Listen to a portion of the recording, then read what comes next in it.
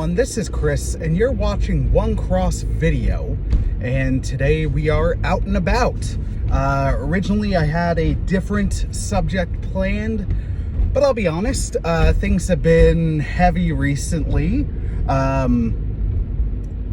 Partially mental health, partially just, Canada, and what's going on here and all that. And I was finding I wasn't having it in me. It was daunting. It was draining. I was getting frustrated and angry at things. So it's like, hey, you know what? Pause a minute, take a breath, maybe do something else, and then come back to it when you can. It's kind of a principle that Christian and I are applying on Radio Arcade. We're calling it audio reboot. And that's what I'm trying to do before I say things. And of course, I'm also, as a believer, trying to pray before I speak on things, be they light or heavy, that God will use it. There will be some wisdom and love and grace in there, even if I'm coming at it frustratedly. So it's almost like if I don't feel I can do it, then I'm just not going to do it. It's almost like that old principle of, I don't want to say, if you don't have anything nice to say, don't say anything at all. Because sometimes there are unnice things to say, but how you say it matters. So I'll lift from a sticker from our friend Hector over Faith at Fandom made, where it's like, Jesus loves you, but don't be a douche. So if I'm going to be a douche as I say things, then maybe I shouldn't. Anyways, so... Sorry, I just thought of a funny segue, but it's kind of mean, so I'm not gonna go with it. I guess today I kind of want to talk a little bit about fan entitlement. Now, this is something that I'm going to come back to, because I do think it's a multi-layered topic to a degree. Because intellectual property rights are a thing, and they're an interesting thing. And you can have a deeper discussion like, hey, an artist creates something. In this case, we're often looking at movies or shows or comic book runs, what have you. And you get attached to that thing. And then you buy it. You don't own the actual intellectual property, but you own your copy of it. And it's something you grow to appreciate and love, and in many cases cherish. Hopefully not to the degree you cherish other people, but you get my meaning. And I don't know. I get that, because you have a thing and you love that thing. Star Wars is a prime example of this. Heck, well before we got to the sequels and them being whatever the heck they are. Even you can look at the various special editions where people were arguing against the changes that George Lucas was continuously making, the continuous McClunky changes he was making to the original trilogy. And part of it's like, why are you changing these things that we love? And him being the creator is like, I own this, I made this, I can do whatever the hell I want with it, more or less. And I think there's, to a degree, I think there's room for both. Now, hopefully the changes somebody involved is making are good ones, or at least understandable ones. Or it's like, hey, here's my cut of it, like my preferred cut, the creator's cut, if you will, or director's cut. But if you loved that original thing, it's still here, it's still valid, and all that jazz. But that's not always the case. And then I think fans can take it to an extreme. A recent example of some of this I've come across, what I'll call fan entitlement, is we live in an age where, oh my gosh, you could use that for so many different things, but hear me out. Where we have more access to these franchises and properties and everything that we have a love for. And a lot of it is, to a degree, you could say headcanon is encouraged. and all that. But where I think fan entitlement is coming into play is because you could argue might be a side effect of the multiverses in comics and everything becoming much more accepted. You're running into issues where people, and fans in particular, be they Star Wars fans or the Alien fandom, I'd argue, is very guilty of it. I was on an Alien kick recently where I listened to the novelizations of the 4 Alien films, novelization of Alien Covenant. There was no audio novelization of Prometheus available in North America, which is a bit of a shame, because even though I don't like that movie at all, I'd still check out the audiobook. And then a bunch of other ones, and some of the stuff was like really, really good.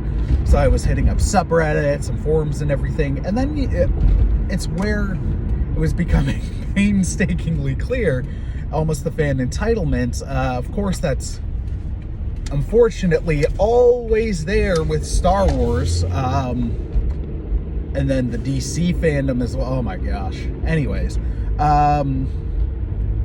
but with the Alien one, where it was, again, that entitlement, it was, there are certain movies that you aren't going to like.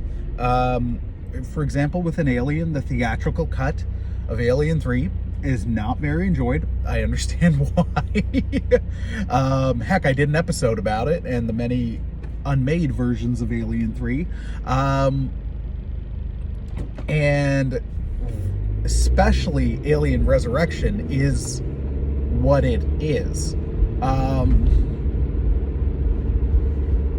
And it's not very well liked. So, but where I get people being like, hey, my headcanon is those don't exist. I mean, that's your headcanon. You can do whatever you want. To a degree with your, well, not even to a degree. I'd say unless it's going to an unhealthy place, you can do whatever you want with your headcanon. If it's going to unhealthy places, then maybe don't. Anyways, but it was where a large number of fans, there were conversations like, hey, if the franchise ever gets out of the prequel territory we're in with Prometheus and Covenant, and I have no idea what the next movie's going to look like, if they're going to cap that off, or if they're like, nah, we're cutting our losses. Like, people were like, should Ripley come back? And I ended up getting into it. It was a nice conversation up until the point, and then I hopped out, where someone's like, well, there's no way Ripley can come back, blah, blah, blah. It's like, well, yeah, she can. In Alien lore, Ellen Ripley died in Alien 3, and then the clone of Ripley 8 is out there. The clone Ripley 8 survived Resurrections. So I might not dig Alien Resurrection, but I mean, there's a precedent. It's set. It's pretty easy going forward. But then the person die-heartedly was like, well, no, those aren't canon. It's like, no, they are, man. It's like, well, no, they're not. They're not my head canon. They're not canon. And that needs to be respected. No, it doesn't. It doesn't. Like, I'm not saying that to be a jerk, but my not liking of something doesn't mean it's not canon until officially 20th Century Fox, or now Disney, because they own the Fox film rights, including Alien, Predator, and Die Hard, and so many other properties. Like, there are still Alien quadrilogy sets being released. Like, those 2 high-budget fan films really Fox must really be thinking those are canon, because they're included on so many sets. Like, you get what I mean? Just because you don't like something doesn't mean it's not official. As much as I don't like the Star Wars sequels, I can ignore them, but I would never seriously be like, oh, those aren't canon, because they are. As much as I don't like them and I don't like what they did, they still happened. And until there is something, and I don't want this to be the case, because in my opinion that makes Star Wars less special. I don't want them to be like, until something retcons them out of existence, and that something isn't pushed by a fan, it's something official through Disney and Lucasfilm, they happen. And until until in this case Disney, through whatever they're calling their Fox properties, makes Alien 3 or Alien Resurrections out of canon, they happen. And my not liking of them and my headcanon of them not existing, although that's not my headcanon, doesn't trump everything. And I shouldn't be I shouldn't be encouraging that kind of behavior, that kind of entitlement. And that's something that's going on in a lot of fan communities, where it's, no, those were garbage, and we need to hold the studio accountable so they make things according to my liking. Like, who the heck am I? Who the heck am I to tell a studio or a director or a writer, like, well, no, you can't do this because I don't like it? Who the heck am I? Seriously. I'm trying not to rant too much, but I think you get what I mean, and that's kind of what I want to talk about. Like, or I guess we could end it there, and we're about to anyway, because I'm almost at my destination. Like, we can look at, fan opinion should be sought, and I'm not saying you need fan validation, but it could be collaborative, but it is not for me as a fan of something to be like, well, you have to go to my standard. Because one, everybody's headcanon, unless they're just rolling with the official canon of everything, it's going to be slightly different. Two, some of the fan canon stuff I've read and headcanon stuff is it's absolute garbage. And that's opinion. And that ties into three, the majority of this stuff is subjective opinion. The official canon is the official canon, but headcanon stuff is opinion. How much you enjoy something or like or don't enjoy something, it's art. It's subjective opinion. And that's got to get remembered.